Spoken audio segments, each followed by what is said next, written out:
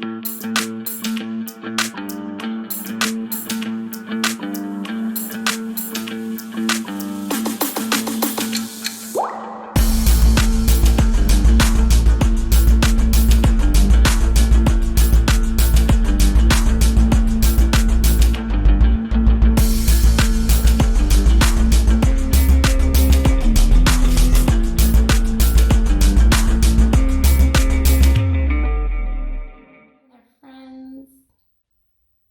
Okay, at. Oh my gosh, I think we did it. It's connected.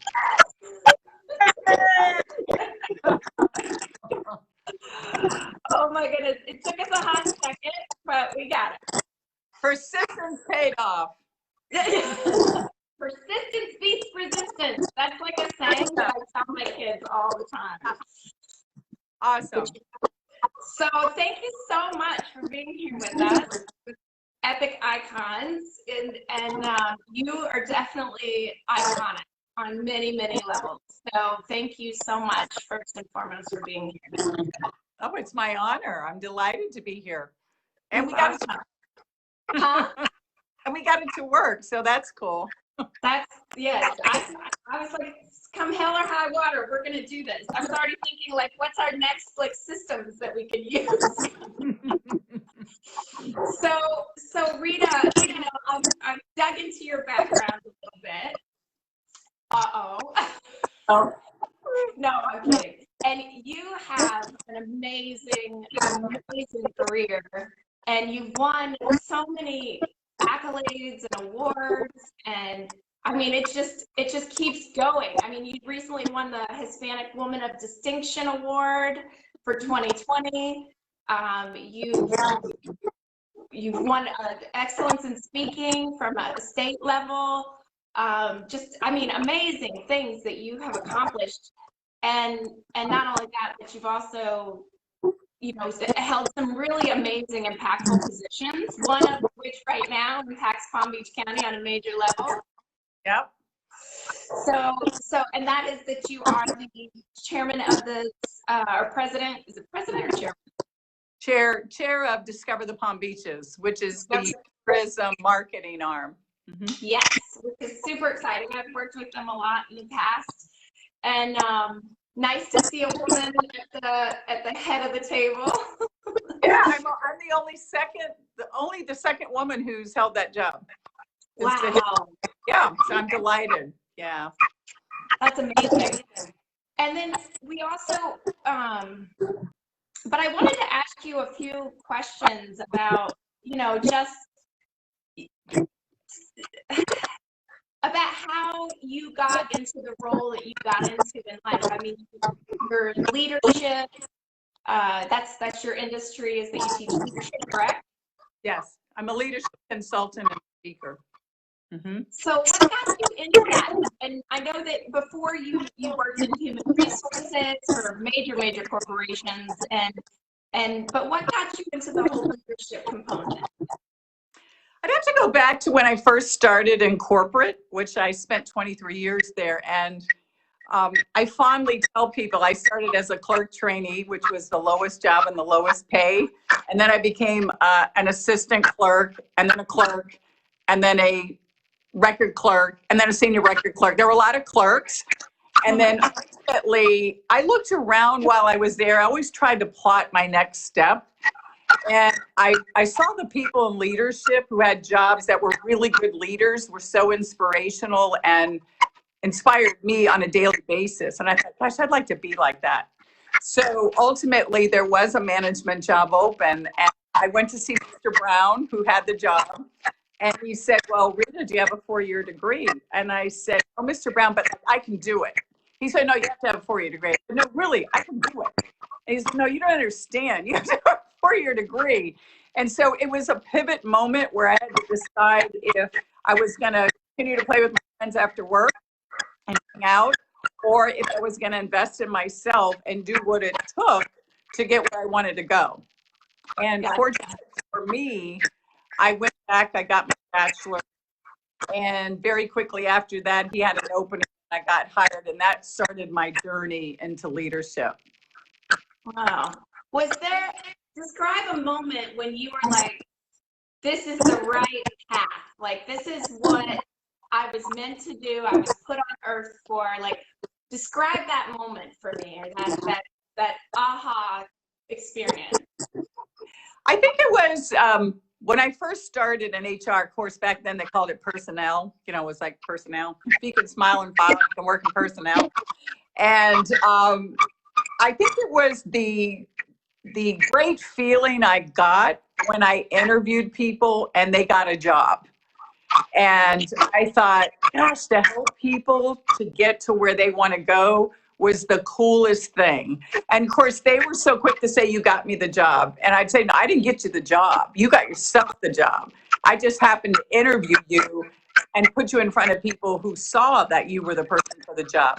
So it was just a great feeling. And I thought, I want to keep doing that. I want to keep helping people get to where they want to go, whether that's in a leadership position and that journey in corporate and on my own in a consulting role. Got it. And then you also dove pretty deep in the diversity leadership components. So teaching inclusion and diversity, does that stem from experiences you had as a Latina woman, or did that just sort of come as a purpose-driven life type of thing? I think I was destined to work in that field because I grew up in a household of 14. So it was my grandmother, yeah, look at you. My grandmother, 2 parents, and 11 kids. Roger, Nancy, Rich, Arlene, Robert, Ronald, Rita, Ray, Maranice, and Roy. So 7 boys, 4 girls. So my father's side spoke Spanish. My mother's side spoke French. So because we had controlled chaos in our house, everybody hung out at our house. So because of that experience, I was so gifted in having people from all different religions in my life, different races, disabilities. And so I got exposed to that young, and so fortunate for me, my parents were the type that they believed in everybody, and everybody was equal. And they had friends who represented all the diversity as well. So when I started my journey in HR, ultimately they asked me in corporate to be the corporate EEO officer. And so in that role, there were 15,000 employees. Any allegations of race, age, sex, religion, sexual harassment, any of those things fell on my desk. And I just thought that was like such another really great challenge and important role to make sure that the culture was inclusive and fair.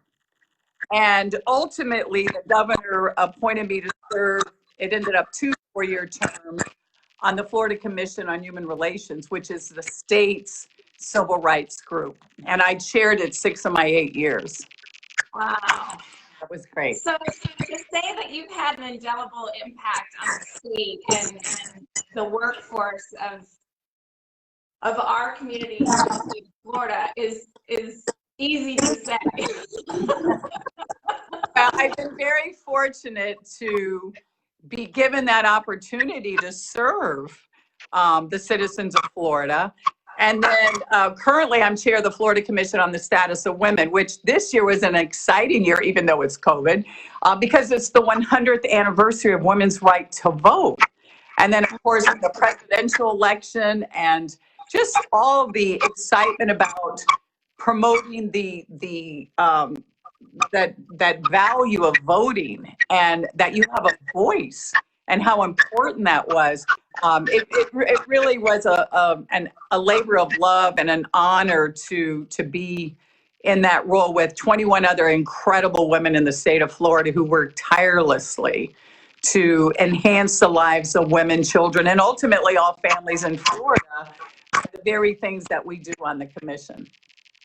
That's amazing. I mean, what were some of the initiatives that committee? It's a committee, right? You said committee? Well, it's a commission. Commission. What were some of the initiatives that you guys worked on behalf of women? What were the major like wins in this year or in your past years? Okay, so we like to say that we educate, we collaborate, and we celebrate.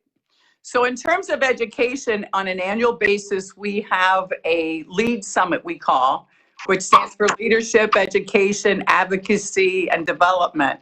And we bring people together and we talk about barriers that might present themselves to women and how to work through or around those barriers. We talk about how to go about running for office, how to get bills passed, and other different topics that we think are important to women. So that's one of the things we do. This past year, we held what we called community conversations. And we went around the state and we talked to women. We surveyed them and we engaged in conversations about the issues that are impacting their lives. And there were 5 key areas of which, leadership roles and obtaining a leadership role and getting through the glass ceiling was one of the challenges, along with, affordable housing, financial, healthcare, and so on. So we package that, and per statute, we give to the governor and the cabinet and make it available to everybody, a report that outlines our findings and some practical steps that companies can do to help increase the diversity and the opportunities for women in their organizations. So that was a good thing. I mean, yeah, it was great. And in terms of celebrate, and we do more, but in terms of celebrate, we engage youth. We have a video contest, and we have an essay contest. And we also, our big thing, which we just announced, is we have an annual Hall of Fame. And so every year we ask for nominations, and they could no longer be with us, and they're still considered. Some of them have already passed. But we had over 80 applicants, and we pare it down to 20, and we give it to the governor. The governor picks 3, and they were just announced online who those 3 will be, who will be in Florida's Hall of Fame. So it's quite an honor. Yeah. That's amazing. Yeah, it's very cool. Yeah. I read recently that due to COVID, that women in the workforce were going to be, it was becoming an issue because so many women were foregoing their careers in order to stay home and be at home with the kids that are now in virtual school, and they felt that was probably going to be setting back women in the workforce from a numbers, aspect, decades. And I mean, I can tell alone. I mean, granted, my business is events, right? But so that's taken a hit. Yeah. But I've noticed how much I've had to redirect my energy and my focus into supporting my kids because they're going through so much that's just, it's more than just, doing the test and studying and all of that. It's the emotional side. It's the let's get out of your bedroom side. It's the let's make sure you're eating well, because there's no real schedule unless there's someone there to contain that. And my children are older, so it's easier for me, I would say. From a mechanic standpoint, mental standpoint, it's a little more difficult. But for the people that have small children, women are really foregoing their careers during this time to stay home and take care of their kids. How do you think that that's going to play a role for you guys going forward? I mean, will you guys be focusing on some of that? Absolutely. It's a huge issue. Actually, they're calling it a she session instead of a recession. They're calling it a she session. Oh, wow. One of the surveys I recently read said 1 out of 4 women are thinking about leaving the workforce if they can't afford to, because they are the primary, and always have been, the primary caregivers, whether, as you described, to children, or perhaps they're the sandwich generation. They have older parents and younger children and so on. So I think that, companies need to pay attention to this. This is huge. And one of the causes is because they don't have flexible policies.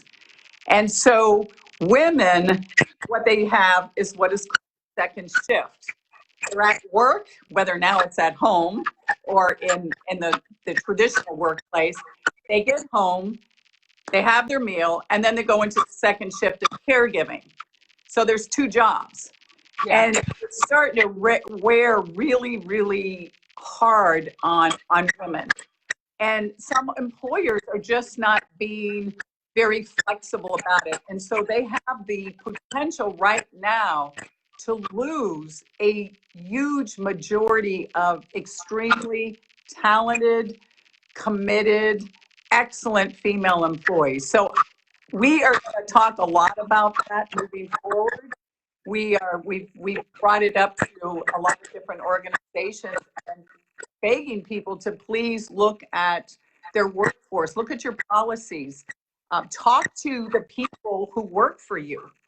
You know, unfortunately, some leaders are not as good as they should be, but they're in that job, and so they don't appreciate people working at home, or if they're on Zoom or a call like this, they might have a child on their seat or somebody tugging at their shirt. Well, it is what it is. You know, it doesn't mean that they're any less committed. A matter of fact, research shows they're probably working harder than most people because they want to keep that job and need to keep that job. Not everybody has the opportunity to say, okay, I'm leaving. I can't do it anymore, you know? So this is a huge, huge challenge right now with all the stressors with COVID and the primary breadwinner, nearly 50% of women are in many households. And so it's a huge issue. Yeah. When you I'm going to switch gears a little bit on you, but I saw this amazing TED Talk you gave. I think it was in Boca, right? Boca. And you gave this TED Talk based upon the necessity or the need for tradition. And I found it so interesting when I was watching it as I was brushing up to speak with you. But I definitely found it interesting in thinking about how tradition has played a major role for our family here, during this time when so many of our traditions have gotten obliterated. Being, like we've been to the 100-foot Christmas tree in Del Rey. I mean, I used to run it, but like even when we didn't run it, we were going for the last 15 years. And this is the first year they're not having it. And it's sort of like, at first it was a relief, and then it was like, hey, but that's like our part of our clock and how we know it's time to start Christmas. And so that's gone. And it's like, okay, now what do we do? I mean, we haven't even started decorating because usually we decorate right after that. So that pattern got sort of messed up. And then, but there's so many other things, and it pushed me to ask my daughter, well, what traditions would you say that I do, you guys? And she says, she's like, you always take us on breakfast dates. And it's like, oh yeah, okay. So I'm good, Mom. I do that. But you had such an interesting story about tradition and how it impacted your life and how it set the tone for you. Tell our viewers a little bit about that. Well, the one that comes to mind was when I was growing up with all those kids in the house, my mother would, and I told this on the TED Talk, my mother would get a little lunch bag and write our names. She had the most beautiful handwriting and a very fine print, cross pen, fine blue ink, very scripted. And she'd line all the bags up. And she'd put all the sandwiches in there and a little aluminum foil with the money for the milk cart, back then 3 cents, go figure. So she would throw that in there. And we would line up get ready to walk out the front door, and she'd hand it to me, and she'd always say, be on your best behavior, I know you make us proud. I can't go after that. Yeah. So it was like a tradition that it just made you, over time, I realized how important that was. And so when my son was born, the last thing I say to him is make good choices. And so that's just like what I end all my conversations with, is make good choices. And so I think little things like that, or like you described, where there's certain holidays that you get up and you do a certain breakfast. Or we had, when it was your birthday, you could pick anything you want for dinner. I always wanted hamburgers on the grill. That was like the thing. There were just certain things. And now my mom always says, cheers of love. And it's interesting, Susan, to see now the kids, like the millennials, the grandkids, they do it all the time. And they're doing it now with their kids. So it's all these little things like that that I think glue you together and create magical memories that people want to continue to do it. And to me, it's really cool to start seeing the next generation keep doing those things, whether it's playing a certain card game or, during the holidays, making a gingerbread house together and everybody does it every year or whatever it happens to be. I think those things just create magical memories. And I think in the workplace, if supervisors and leaders can do more of that, especially now with COVID, where you figure out a way to create these magical moments that they'll never forget, that has a long-lasting positive impact. It definitely does. I know when we've worked with companies, this just came up recently. We worked with, oddly enough, a cigar bar, and their team was spectacular. I mean, gorgeous, genuine, amazing women. And we would do the same events each year. And over the years, it was like old home week. Like everybody would come back together. We'd all be there.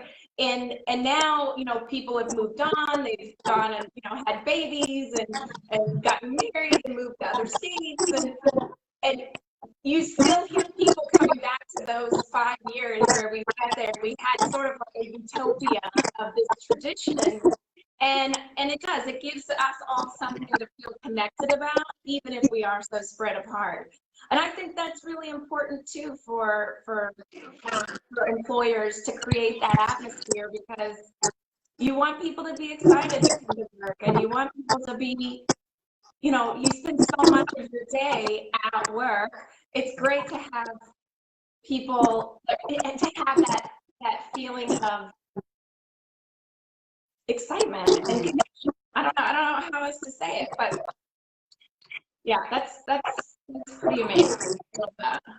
Well, I think it touches the heart, and I think especially when you think about leaders, a lot of leaders think that's the soft, fluffy stuff, but it's really the important stuff. And I think one of the core competencies today especially is empathy as a leader, where you really care about people and you show you care and you're vulnerable yourself, and you might be in fear yourself. I mean, leaders are struggling with the same things. Sometimes they make more money, or they might know a little bit more than you, but everybody's going through it.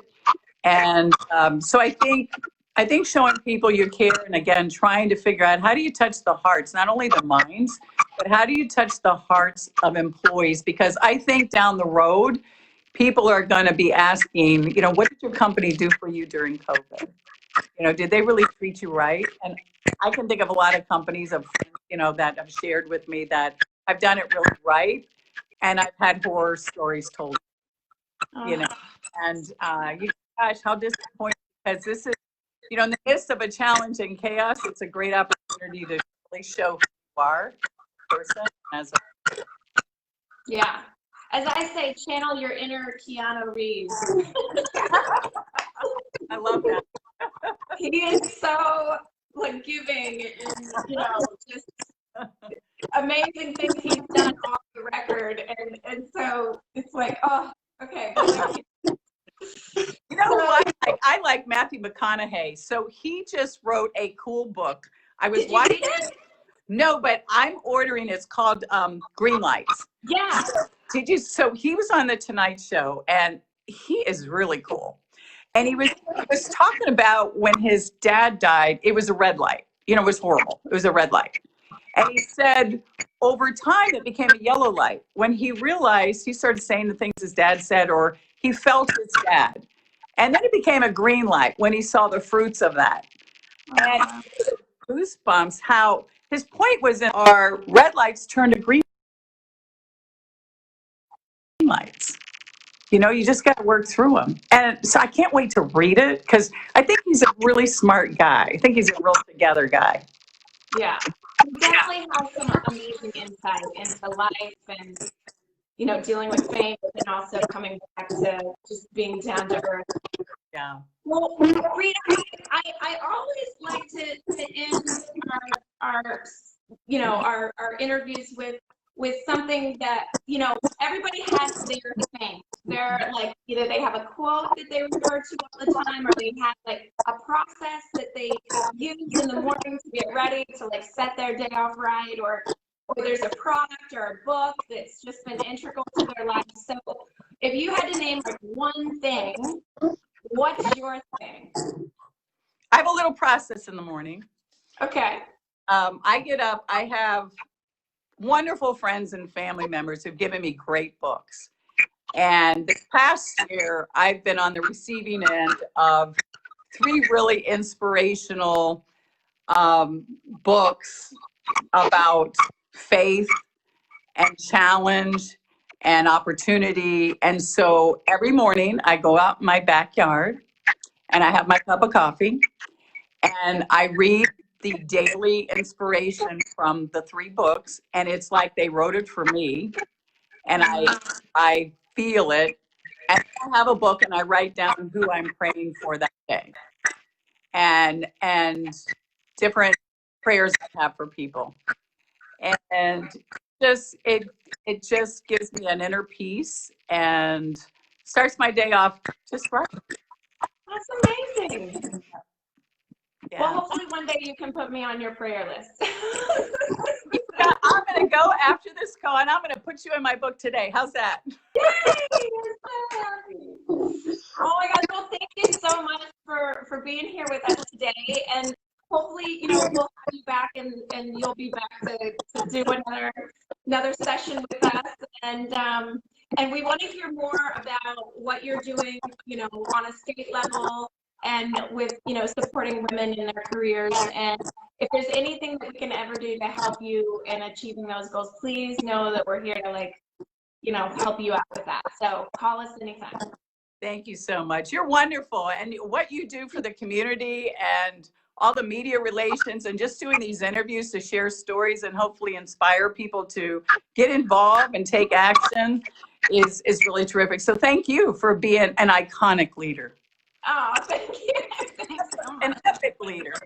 Yeah, epic. Epic. All right. Well, you have a great day, and we'll talk to you soon. Okay. Thank you so much. Thanks a lot. Bye-bye.